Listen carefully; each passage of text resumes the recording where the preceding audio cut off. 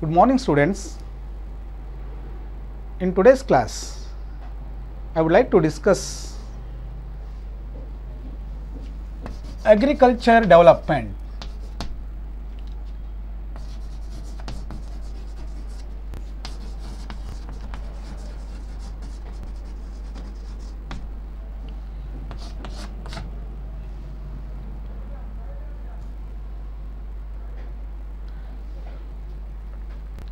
Agriculture development during 1950 to 1990. So ಇವತ್ತಿನ ತರಗತಿಯಲ್ಲಿ ನಾವು ಭಾರತದ ಕೃಷಿ ಬೆಳವಣಿಗೆ ಸ್ವಾತಂತ್ರ್ಯದ ನಂತರದಲ್ಲಿ ಅಂದರೆ 1950ರಿಂದ 90ರ ಈ ಅವಧಿಯಲ್ಲಿ ಭಾರತದ ಕೃಷಿ ಬೆಳವಣಿಗೆಯ ಬಗ್ಗೆ ತಿಳ್ಕೊಳ್ಳಿಕ್ಕೆ ಪ್ರಯತ್ನವನ್ನು ಪಡೋಣ. ನಾವು ಸ್ವಾತಂತ್ರ್ಯ ಪೂರ್ವದ ಕೃಷಿ ಬೆಳವಣಿಗೆಯನ್ನು ತಿಳಿಯುವುದಕ್ಕಿಂತ ಮುಂಚಿತವಾಗಿ ಬ್ರಿಟಿಷರ ಆಳ್ವಿಕೆಯಲ್ಲಿ ಅಥವಾ ವಸಾಹತು ಆಳ್ವಿಕೆಯಲ್ಲಿ ಭಾರತದ ಕೃಷಿ ವಲಯದ ಪರಿಸ್ಥಿತಿ ಏನಾಗಿತ್ತು ಅನ್ನೋದನ್ನು ಸ್ವಲ್ಪ ಪುನರ್ ನೆನಪನ್ನು ಮಾಡ್ಕೋಬೇಕು. ನಾವು ಮೊದಲನೇ ಅಧ್ಯಾಯದಲ್ಲಿ ವಸಾಹತು ಆಡಳಿತದ ಅವಧಿಯಲ್ಲಿ ಕೃಷಿ ವಲಯವನ್ನು ನಾವು ಅಭ್ಯಾಸ ಮಾಡುತ್ತಿರುವಂಥ ಸಂದರ್ಭಗಳಲ್ಲಿ ನಮಗೆ ತಿಳಿದಂಥ ಅಂಶಗಳೆಂದರೆ during the colonial period agriculture was stagnant. Agriculture suffered with a low productivity. ಕೃಷಿ ವಲಯ ಹಿಂದುಳಿದಿತ್ತು, ಸ್ಥಗಿತವಾಗಿತ್ತು, ಕೃಷಿ ಉತ್ಪಾದಕತೆ ತೀರಾ ಹಿಂದುಳಿದಿತ್ತು. ಸೊ ಅದಕ್ಕೆ ಕಾರಣಗಳನ್ನು ನಾವು ನೋಡ್ತಾ ಹೋದಂತೆ ನಾವು ಈಗಾಗಲೇ ಹಿಂದಿನ ತರಗತಿಯಲ್ಲಿ ಅದನ್ನು ತಿಳ್ಕೊಂಡಿದ್ದೀವಿ. ಸ್ವಾತಂತ್ರ್ಯದ ನಂತರ ನಮ್ಮ ಯೋಜನೆಯನ್ನು ರೂಪಿಸುವವರ ಮುಂದೆ ಇದ್ದಂಥ ಮುಖ್ಯ ಸವಾಲು ಎಂದರೆ ಭಾರತವು ಆಹಾರದ ಕೊರತೆಯನ್ನು ಎದುರಿಸ್ತಾ ಇತ್ತು. ಆಹಾರದ ಸಮಸ್ಯೆಯಿಂದ ಹೊರಬರಬೇಕಾದ್ರೆ ನಾವು ಮುಖ್ಯವಾಗಿ ಏನು ಮಾಡಬೇಕಾಗಿತ್ತು? ಕೃಷಿ ವಲಯಕ್ಕೆ ಹೆಚ್ಚಿನ ಆದ್ಯತೆಯನ್ನು ಕೊಡಬೇಕಾಗಿತ್ತು. ಹೀಗಾಗಿ ಮೊದಲನೇ ಪಂಚವಾರ್ಷಿಕ ಯೋಜನೆಯಲ್ಲಿ ಹೆಚ್ಚಿನ ಆದ್ಯತೆಯನ್ನು ಪ್ರಥಮ ಆದ್ಯತೆಯನ್ನು ನಾವು ಕೃಷಿ ವಲಯಕ್ಕೆ ನೀಡಿದ್ವಿ. ಸ್ವಾತಂತ್ರ್ಯದ ನಂತರದಲ್ಲಿ ಕೃಷಿ ಬೆಳವಣಿಗೆಗೆ ಕೈಗೊಂಡ ಕ್ರಮಗಳು ಯಾವುವು ಅನ್ನೋದನ್ನು ನೋಡೋಣ. So the measures taken by the government in order to develop agricultural sector. The first is land reforms.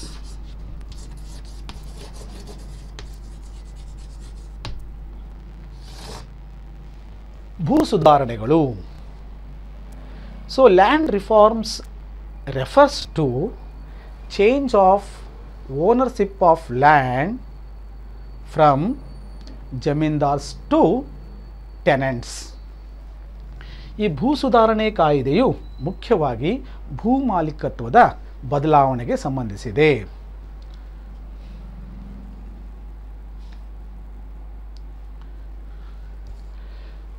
During the colonial period, land was owned by zamindars. The peasants or the tenants were not have the ownership of land. ಈ ಜಮೀನ್ದಾರಿ ಪದ್ಧತಿಯಲ್ಲಿ ಭೂಮಿಯ ಮಾಲೀಕತ್ವವು ಜಮೀನ್ದಾರರಲ್ಲಿತ್ತು, ಸಾಗುವಳಿದಾರರು ಭೂಮಿಯ ಮಾಲೀಕರಾಗಿರಲಿಲ್ಲ.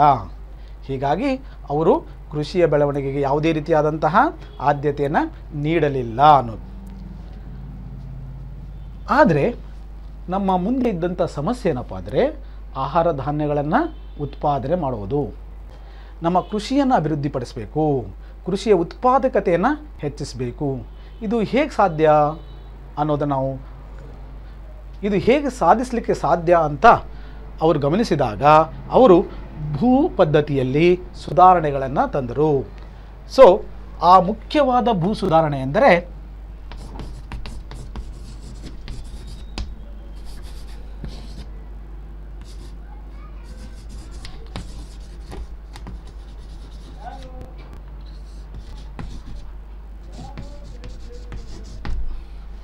the important reforms introduced in land reforms are tillers or the owners of the land.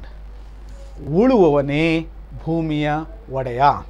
So ಸರ್ಕಾರ ಏನು ಮಾಡ್ತು, ಸ್ವಾತಂತ್ರ್ಯದ ನಂತರ ಪ್ರಮುಖವಾದ ಕೃಷಿಯಲ್ಲಿ ಬದಲಾವಣೆಗೆ ತಂದ ಮುಖ್ಯವಾದ ಅಂಶವೆಂದರೆ ಸ್ವಾತಂತ್ರ್ಯದ ನಂತರ ಸರ್ಕಾರವು ಕೈಗೊಂಡ ಅತ್ಯಂತ ಮುಖ್ಯವಾದ ಸುಧಾರಣೆ ಏನಪ್ಪ ಅಂದರೆ ಉಳುವವನೇ ಭೂಮಿಯ ಒಡೆಯ ಎಂದು ಘೋಷಿಸಿತು. Tillers are the owners of the land. ಈ ಉಳುವವನೇ ಭೂಮಿಯ ಒಡೆಯ ಎಂಬ ನೀತಿಯನ್ನು ಜಾರಿಗೆ ತಂದಿದ್ದರಿಂದ ಆದಂಥ ಪರಿಣಾಮಗಳು. So what are the results of this land reforms? So first one,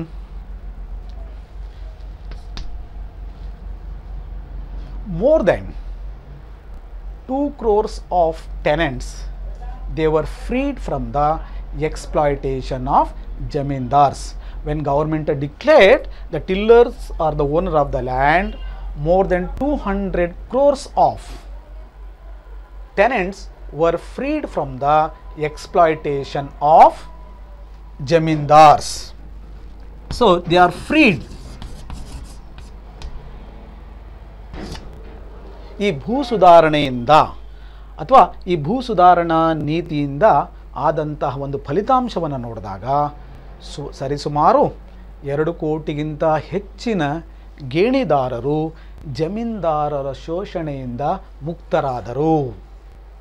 so ಎರಡನೇದು, then the another important results of the land reforms is the tenants were confirmed the ownership of the land. So ಗೇಣಿದಾರರು ಭೂ ಮಾಲೀಕರಾದರು, ಭೂಮಿಯ ಮಾಲೀಕತ್ವವನ್ನು ಪಡೆದರು. So ಯಾವಾಗ ಅವರು ಭೂಮಿಯ ಮಾಲೀಕರಾದರೋ ಅವ್ರು ಏನು ಮಾಡಿದಂದರೆ ಕೃಷಿಯನ್ನು ಹೆಚ್ಚಿಸಲಿಕ್ಕೆ, ಇಳುವರಿಯನ್ನು ಹೆಚ್ಚಿಸಲಿಕ್ಕೆ ಕೃಷಿಯಲ್ಲಿ ಹೆಚ್ಚು ಹೆಚ್ಚು ಬಂಡವಾಳವನ್ನು ತೊಡಗಿಸಲು ಪ್ರಾರಂಭಿಸಿದರು. ಇದರಿಂದಾಗಿ ನಮ್ಮ ಕೃಷಿ ಉತ್ಪಾದಕತೆ ಹೆಚ್ಚಾಯಿತು, ನಮ್ಮ ಆಹಾರ ಧಾನ್ಯಗಳ ಬೆಳವಣಿಗೆ ಏನಾಯಿತು, ಹೆಚ್ಚಾಯಿತು. But this land reforms was not much benefited to poor agricultural labour and landless labours. ಈ ಭೂ ಸುಧಾರಣೆಗಳು ಇದಾವಲ್ಲ, ಉಳುವವನೇ ಭೂಮಿಯ ಒಡೆಯ, ಈ ಸುಧಾರಣೆಗಳು ನಮ್ಮ ಬಡ ಕೃಷಿ ಕಾರ್ಮಿಕರು ಮತ್ತು ಭೂರಹಿತ ಕಾರ್ಮಿಕರಿಗೆ ಹೆಚ್ಚಿನ ಲಾಭ ಇದರಿಂದ ಆಗಲಿಲ್ಲ.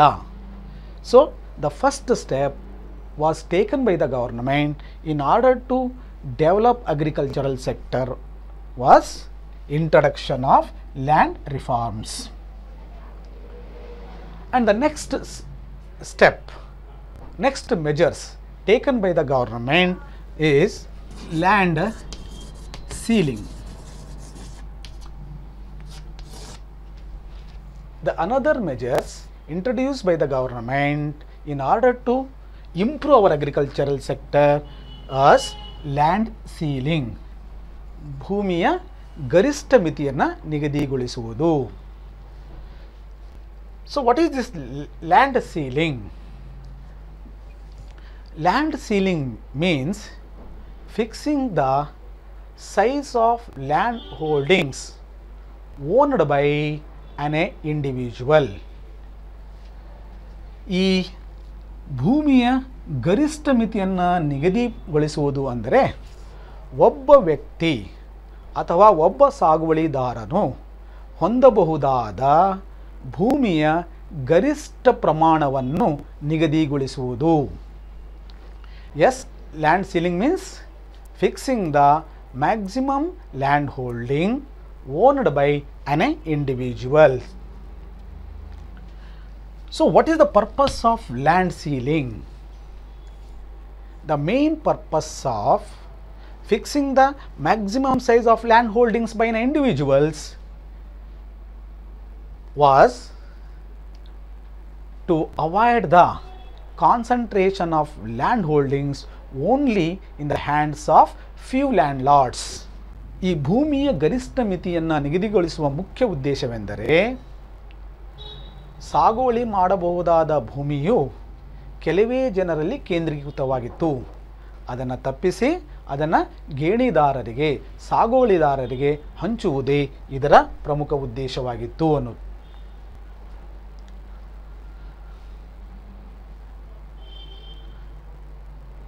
ಆದರೆ ಈ ಒಂದು ಭೂಮಿಯ ಗರಿಷ್ಠ ಮಿತಿಯನ್ನು ಯಶಸ್ವಿಗೊಳಿಸಲಿಕ್ಕೆ ಭೂಮಾಲೀಕರು ಒಪ್ಪಲಿಲ್ಲ. ಅವರು ಇದನ್ನು ತಡೆ ಹಿಡಲಿಕ್ಕೆ ಏನು ಮಾಡಿದ್ರಪ್ಪ ಅಂದರೆ ಕೋರ್ಟಿನಲ್ಲಿ ದಾವೆ ಹಾಕಿದರು.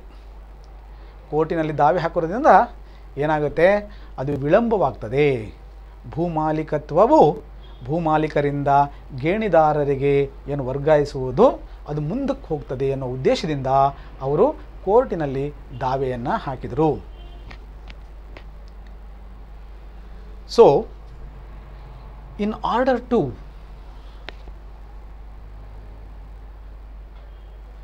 was not implemented properly because some landlords, some rich landlords, they challenged this policy in the court. Their intention was they want to delaying the transferring of land from landlords to tenants. And this land ceiling was not popularized, not implemented in many states. ಈ ಒಂದು ಯೋಜನೆಯನ್ನು ನಮ್ಮ ದೇಶದ ಹಲವು ರಾಜ್ಯಗಳಲ್ಲಿ ಅದನ್ನು ಜಾರಿಗೆ ತರಲಿಕ್ಕೆ ಸಾಧ್ಯ ಆಗಲಿಲ್ಲ. ಆದರೆ ಈ ಭೂಮಿಯ ಗರಿಷ್ಠ ಮಿತಿಯನ್ನು ಕೇರಳ ಮತ್ತು ವೆಸ್ಟ್ ಬೆಂಗಾಲಲ್ಲಿ ಮಾತ್ರ ಈ ಒಂದು ಕಾನೂನು ಅತ್ಯಂತ ಪರಿಣಾಮಕಾರಿಯಾಗಿ ಜಾರಿಗೆ ಆಯಿತು. This land ceiling was properly implemented in Kerala and West Bengal. ಬಹುಶಃ ಆ ಎರಡೂ ರಾಜ್ಯಗಳಲ್ಲಿ ಕಮ್ಯುನಿಸ್ಟ್ ಸರ್ಕಾರ ಅಧಿಕಾರದಲ್ಲಿತ್ತು ಅಂತ ಕಾಣುತ್ತೆ, ಅಥವಾ ಅಧಿಕಾರದಲ್ಲಿತ್ತು. ಹೀಗಾಗಿ ಈ ಒಂದು ಯೋಜನೆಯನ್ನು ಅತ್ಯಂತ ಪರಿಣಾಮಕಾರಿಯಾಗಿ ಈ ರಾಜ್ಯಗಳಲ್ಲಿ ಜಾರಿಗೆ ತರಲಾಯಿತು ಅನ್ನೋದು.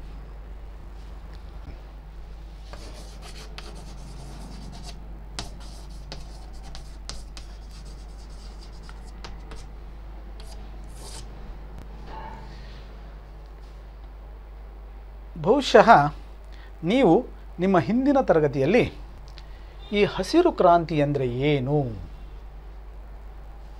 ಆಹಾರ ಧಾನ್ಯಗಳ ಉತ್ಪಾದನೆಯಲ್ಲಿ ಆದ ಕ್ಷಿಪ್ರ ಏರಿಕೆ, ಕ್ಷಿಪ್ರ ಬೆಳವಣಿಗೆಯನ್ನು ಹಸಿರು ಕ್ರಾಂತಿ ಎಂದು ಕರೆಯಲಾಗುತ್ತದೆ ಎನ್ನುವುದು. ನಾವು ಈ ಹಸಿರು ಕ್ರಾಂತಿಯ ಬಗ್ಗೆ ತಿಳ್ಕೊಳ್ಳಿಕ್ಕೆ ಪ್ರಯತ್ನವನ್ನು ಪಡೋಣ.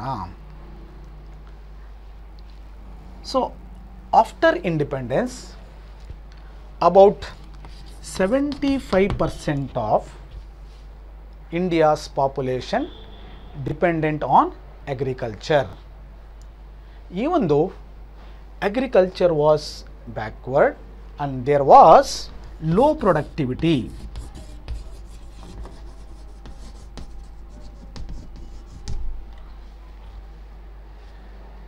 ಶೇಕಡ 75% ಜನರು ಕೃಷಿಯನ್ನು ಅವಲಂಬಿಸಿದ್ದರೂ ಸಹ ಭಾರತದ ಕೃಷಿಯು ಕಡಿಮೆ ಇಳುವರಿಯನ್ನು ಹೊಂದಿತ್ತು, ಉತ್ಪಾದಕತೆ ತೀವ್ರ ಕಡಿಮೆ ಇತ್ತು. ಹಾಗಾದರೆ ಕಾರಣಗಳೇನು ಅಂತ ನೋಡಿದಾಗ ನಮ್ಮ ರೈತರು ಹಳೆಯ ಬಿತ್ತನೆ ಬೀಜಗಳನ್ನು ಉಪಯೋಗಿಸ್ತಾ ಇದ್ದಿದ್ದು, ಯಾವುದೇ ರೀತಿಯಾದ ಆಧುನಿಕ ತಂತ್ರಜ್ಞಾನವನ್ನು ಕೃಷಿಯಲ್ಲಿ ಬಳಸಿಕೊಳ್ಳದೇ ಇರುವುದು,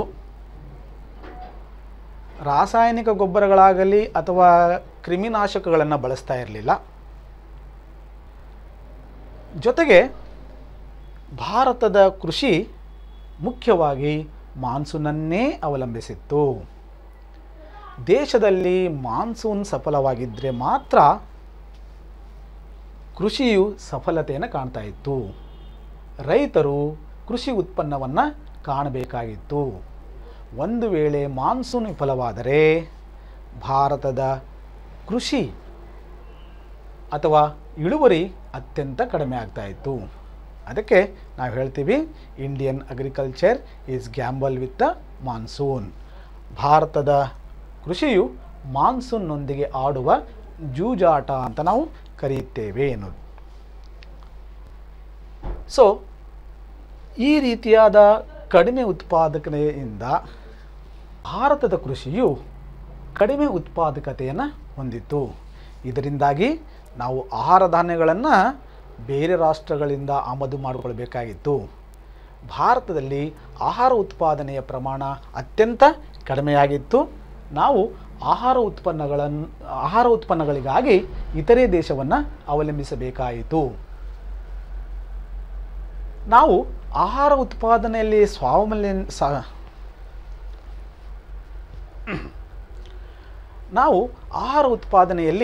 ಸ್ವಾವಲಂಬನೆಯನ್ನು ಸಾಧಿಸಬೇಕಾದ್ರೆ ನಮ್ಮ ಕೃಷಿ ಉತ್ಪಾದಕತೆಯನ್ನು ಹೆಚ್ಚಿಸಬೇಕಾಯಿತು. ಕ್ಷಿಪ್ರವಾಗಿ ಆಹಾರ ಧಾನ್ಯಗಳ ಉತ್ಪಾದನೆಯನ್ನು ಹೆಚ್ಚು ಮಾಡುವುದು ಅನಿವಾರ್ಯವಾಯಿತು.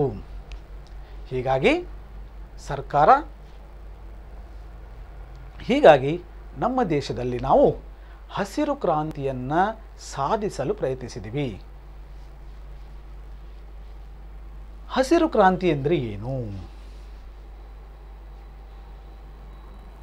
ಆಹಾರ ಧಾನ್ಯಗಳ ಉತ್ಪಾದನೆಯಲ್ಲಿ ಆದ ಕ್ಷಿಪ್ರ ಏರಿಕೆ, ತೀವ್ರ ಬೆಳವಣಿಗೆಯನ್ನು ಹಸಿರು ಕ್ರಾಂತಿ ಎಂದು ಕರೆಯಲಾಗಿದೆ. Green revolution refers to increase in the Green Revolution refers to large increase in the production of food grains by using high yield varieties seeds, new technology, fertilizers, chemicals and irrigation facilities. So ಹಸಿರು ಕ್ರಾಂತಿ ಎಂದರೆ ಕೃಷಿ ಕ್ಷೇತ್ರದಲ್ಲಿ ಆದಂತಹ ಕ್ಷಿಪ್ರ ಏರಿಕೆ. ಈ ಹಸಿರು ಕ್ರಾಂತಿಯನ್ನು ನಾವು ಹೇಗೆ ಸಾಧನೆ ಮಾಡಿದ್ವಿ? ನಾವು ಹಸಿರು ಕ್ರಾಂತಿಯನ್ನು ಸಾಧಿಸಲಿಕ್ಕೆ ಸಾಧ್ಯವಾಗಿದ್ದು ಹೇಗೆ ಅಂತ ನೋಡೋದಾದರೆ, so we have used HYV seeds, fertilizers and pesticides, irrigation facilities,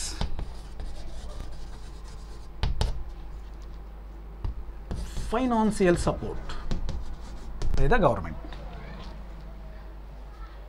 ನಾವು ಹಸಿರು ಕ್ರಾಂತಿಯನ್ನು ಸಾಧಿಸಲಿಕ್ಕೆ ಹೇಗೆ ಸಾಧ್ಯ ಆಯಿತು ಅನ್ನೋದನ್ನು ನೋಡೋದಾದರೆ, ನಾವು ಏನು ಮಾಡಿದ್ವಿ? ಹೈ ಈಲ್ಡ್ ವೆರೈಟಿ ಸೀಡ್ಸ್ಗಳನ್ನು ಬಳಸಿದ್ವಿ. ಈ ಹಿಂದೆ ರೈತರು ಏನು ಮಾಡ್ತಾಯಿದ್ರು? ಹಳೆಯ ಬಿತ್ತನೆ ಬೀಜಗಳನ್ನು ಅನುಸರಿಸ್ತಾ ಇದ್ದರು. ಅದರ ಬದಲಿಗೆ ಅಧಿಕ ಇಳುವರಿಯನ್ನು ನೀಡುವ ಬಿತ್ತನೆ ಬೀಜಗಳನ್ನು ಬಳಸಿದರು. ಕೃಷಿಯಲ್ಲಿ ರಾಸಾಯನಿಕ ಗೊಬ್ಬರಗಳನ್ನು ಮತ್ತು ಕ್ರಿಮಿನಾಶಕಗಳನ್ನು ಬಳಸಿದರು. ನೀರಾವರಿ ಸೌಲಭ್ಯಗಳನ್ನು ಅಳವಡಿಸಿಕೊಂಡ್ರು. ಜೊತೆಗೆ ಸರ್ಕಾರವು ರೈತರಿಗೆ ಸಹಾಯಧನವನ್ನು, ಹಣಕಾಸು ನೆರವನ್ನು ನೀಡಿತು. ಇವೆಲ್ಲದರನ್ನು ಅಳವಡಿಸಿಕೊಂಡಿದ್ದರ ಪರಿಣಾಮದಿಂದಾಗಿ ನಮ್ಮ ದೇಶದ ಕೃಷಿ ಉತ್ಪನ್ನದಲ್ಲಿ ತೀವ್ರ ಏರಿಕೆ ಕಂಡುಬಂತು. ಇದನ್ನೇ ನಾವು ಹಸಿರು ಕ್ರಾಂತಿ ಎಂದು ಕರೆಯಲಾಗಿದೆ. So India achieved green revolution in a 2 phase. The first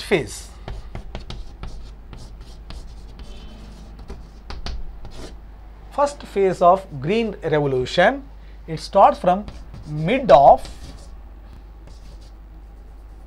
1960s to 1970s. ಹಸಿರು ಕ್ರಾಂತಿಯ ಮೊದಲನೇ ಹಂತ ನಮ್ಮ ದೇಶದಲ್ಲಿ 1960ರ ಮತ್ತು 1970ರ ಮಧ್ಯಭಾಗವನ್ನು ಮೊದಲನೇ ಹಂತ ಕರಿತೀವಿ. During the first phase of green revolution, the high yield varieties seeds was restricted only in few states. Only some states have introduced high yield varieties seeds in agriculture, and those states or Punjab, Andhra Pradesh and Tamil Nadu. Not only that high yield variety seeds, the benefit of this high yield variety seeds was only in wheat growing regions. ಈ ಮೊದಲನೇ ಹಂತದಲ್ಲಿ ಅಧಿಕ ಇಳುವರಿಯನ್ನು ಕೊಡುವ ಬಿತ್ತನೆ ಬೀಜಗಳ ಉಪಯೋಗವು ಕೇವಲ ಗೋಧಿ ಬೆಳೆಯುವ ಪ್ರಾಂತಗಳಿಗೆ ಮಾತ್ರ ಸೀಮಿತವಾಗಿತ್ತು. In the next phase, second phase of green revolution was, it is the mid of 1970s to 1980s.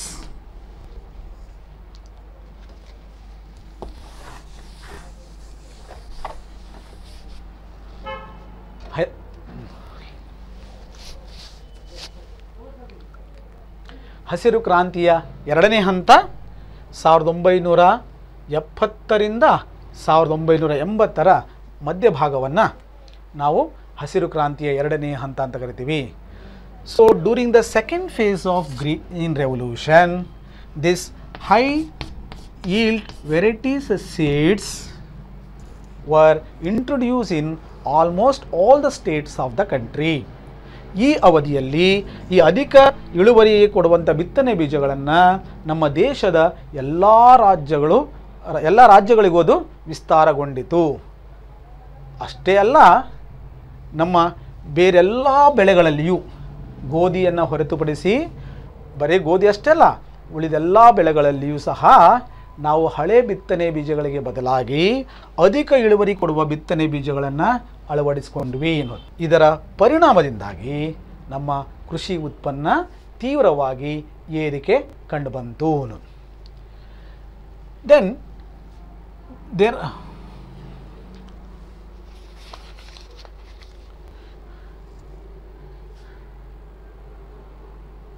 Then results of green revolution.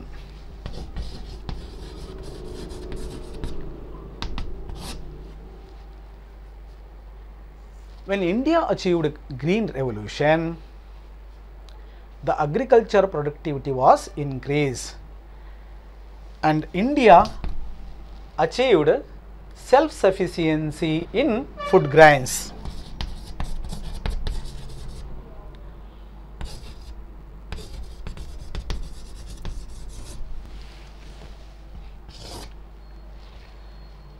The most important outcome of green revolution is India achieved self-sufficiency in food grains.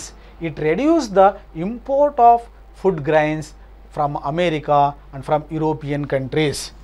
ಈ ಹಸಿರು ಕ್ರಾಂತಿಯ ಮುಖ್ಯವಾದಂತಹ ಪರಿಣಾಮವೆಂದರೆ ಭಾರತವು ಆಹಾರ ಧಾನ್ಯಗಳಲ್ಲಿ ಸ್ವಾವಲಂಬನೆಯನ್ನು ಸಾಧಿಸಿತು ಅನ್ನೋದು. ಇದು ಮೊದಲನೇ ಅಂಶ.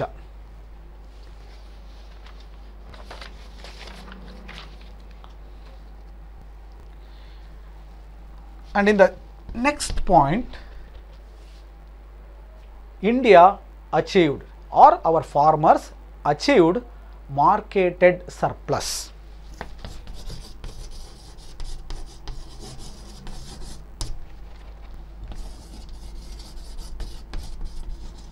ತಂತ್ರದ ಪರಿಣಾಮವಾಗಿ ನಮ್ಮ ಕೃಷಿ ಉತ್ಪನ್ನ ಏನಾಯಿತು? ರೈತರ ಕೃಷಿ ಉತ್ಪನ್ನ ಹೆಚ್ಚಾಗಿತ್ತು. ತಾವು ಅಧಿಕವಾಗಿ ಬೆಳೆದಂಥ ಆಹಾರ ಧಾನ್ಯಗಳನ್ನು ರೈತರು ಏನು ಮಾಡಿದರು ಅಂದರೆ, ಅವರು ಮಾರುಕಟ್ಟೆಗೆ ತಂದು ಮಾರಾಟ ಮಾಡಲು ಪ್ರಾರಂಭಿಸಿದರು. ಇದರಿಂದ ಮಾರಾಟ ಮಾಡಲ್ಪಟ್ಟ ಆಧಿಕ್ಯವನ್ನು ಸಾಧಿಸಲಾಯಿತು. ಈ ಮಾರಾಟ ಮಾಡಲ್ಪಟ್ಟ ಆಧಿಕ್ಯ ಎಂದರೆ, ರೈತರು ತಾವು ಉತ್ಪಾದಿಸಿದ ಆಹಾರ ಧಾನ್ಯಗಳ ಕೆಲವು ಪ್ರಮಾಣವನ್ನು ಮಾರುಕಟ್ಟೆಯಲ್ಲಿ ಮಾರಾಟ ಮಾಡುವುದಾಗಿದೆ. A portion of agricultural produce which farmer sold in the market is called as marketed surplus. So this is also one of the outcome of green revolution. ಈ ಹಸಿರು ಕ್ರಾಂತಿಯು ಮುಖ್ಯವಾಗಿ ಆಹಾರ ಧಾನ್ಯಗಳ ಪೂರೈಕೆಯನ್ನು ಹೆಚ್ಚಿಸಿತು. ಇದರ ಪರಿಣಾಮದಿಂದಾಗಿ ಆಹಾರ ಧಾನ್ಯಗಳ ಬೆಲೆಗಳು ಇಳಿಲಿಕ್ಕೆ ಪ್ರಾರಂಭವಾದವು ಅನ್ನೋದು. And some of the drawbacks of Green Revolution. So the Green Revolution resulted increase in the food grains. We are self-sufficient in the food grains, even though there are some loops were brought in a Green Revolution. ಈ ಹಸಿರು ಕ್ರಾಂತಿಯ ಪರಿಣಾಮದಿಂದಾಗಿ ಕೆಲವು ಅಥವಾ ಈ ಹಸಿರು ಕ್ರಾಂತಿಯಲ್ಲಿ ಕೆಲವೊಂದು ಸಮಸ್ಯೆಗಳು ಕಂಡುಬಂದವು. ಏನೇನು ಕಂಡುಬಂದವು ಅಂದರೆ, ಈ ಹಸಿರು ಕ್ರಾಂತಿಯು ನಮ್ಮ ದೇಶದಲ್ಲಿ ಸಣ್ಣ ರೈತರು ಮತ್ತು ದೊಡ್ಡ ರೈತರ ನಡುವಿನ ಅಂತರವನ್ನು ಹೆಚ್ಚು ಮಾಡಿತು.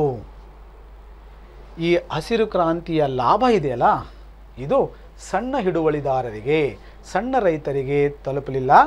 ಬದಲಾಗಿ ಹಸಿರು ಕ್ರಾಂತಿಯ ಲಾಭವನ್ನು ಹೆಚ್ಚಾಗಿ ಶ್ರೀಮಂತ ರೈತರು, ಅತಿ ದೊಡ್ಡ ರೈತರು ಅದನ್ನು ಅನುಭವಿಸಿದರು. ಹೀಗಾಗಿ ದೇಶದಲ್ಲಿ ಸಣ್ಣ ರೈತರು ಮತ್ತು ದೊಡ್ಡ ರೈತರ ನಡುವಿನ ಅಂತರ ಹೆಚ್ಚಾಯಿತು. ಹಸಿರು ಕ್ರಾಂತಿಯ ಮತ್ತೊಂದು ಅಂಶ ಏನಂದರೆ, ರೈತರು ಆಹಾರ ಧಾನ್ಯಗಳನ್ನು ಬದಲಾಗಿ ಹಸಿರು ಕ್ರಾಂತಿಯ ಮತ್ತೊಂದು ಪರಿಣಾಮ ಏನಪ್ಪ ಅಂದರೆ, ರೈತರು ಆಹಾರ ಧಾನ್ಯಗಳನ್ನು ಬೆಳೆಯುವ ಬದಲಾಗಿ ಅವರು ಏನು ಮಾಡಿದ್ರು ಅಂದರೆ ವಾಣಿಜ್ಯ ಬೆಳೆಗಳನ್ನು ಬೆಳೆಯಲು ಪ್ರಾರಂಭಿಸಿದರು. So some farmers shifted growing the commercial crops instead of food crops.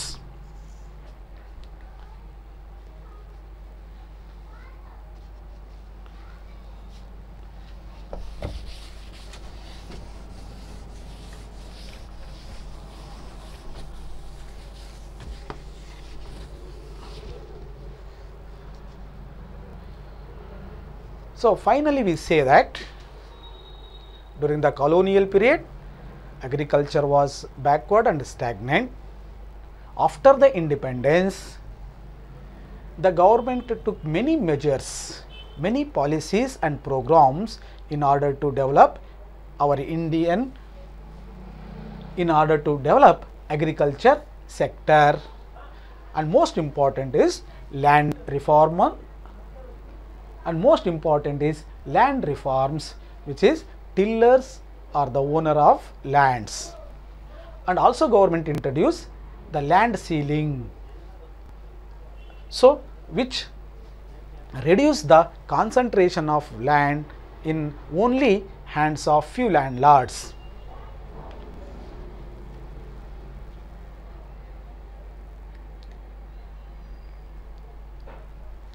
And our agriculture stagnation during the colonial period, it was broken by Green Revolution. So even though we have achieved the Green Revolution, the contribution of agricultural sector to the GDP was declining. ನಾವು ಹಸಿರು ಕ್ರಾಂತಿಯನ್ನು ಸಾಧಿಸಿದರೂ ಸಹ ನಮ್ಮ ದೇಶದ ಒಟ್ಟು ಆರ್ಥಿಕ ಬೆಳವಣಿಗೆಗೆ ಕೃಷಿ ವಲಯದ ಕೊಡುಗೆ ಅತಿ ಕಡಿಮೆ ಆಯಿತು. ಅದರ ಜೊತೆಗೆ ನಾವು ಮತ್ತೊಂದು ಪ್ರಮುಖವಾದ ಅಂಶವನ್ನು ಇಲ್ಲಿ ಗಮನಿಸಬೇಕು. ಕೃಷಿಯ ಮೇಲೆ ಅವಲಂಬಿತ ಜನಸಂಖ್ಯೆಯ ಪ್ರಮಾಣ ದಿನೇ ಏನಾಗ್ತಾ ಬರ್ತು, ಕಡಿಮೆ ಆಗ್ತಾ ಬಂತು. So finally we say that the dependent on agriculture, the population, finally we say that the dependency population on agriculture was declining. So it was 67.5% in 1950. It was reduced to 64.9% in 1990. So this indicates that after independence, even the government took so many measures to develop agricultural sector. The contribution of agricultural sector and the dependency population on agriculture is declining.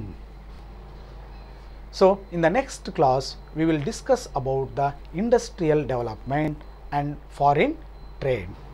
Thank you.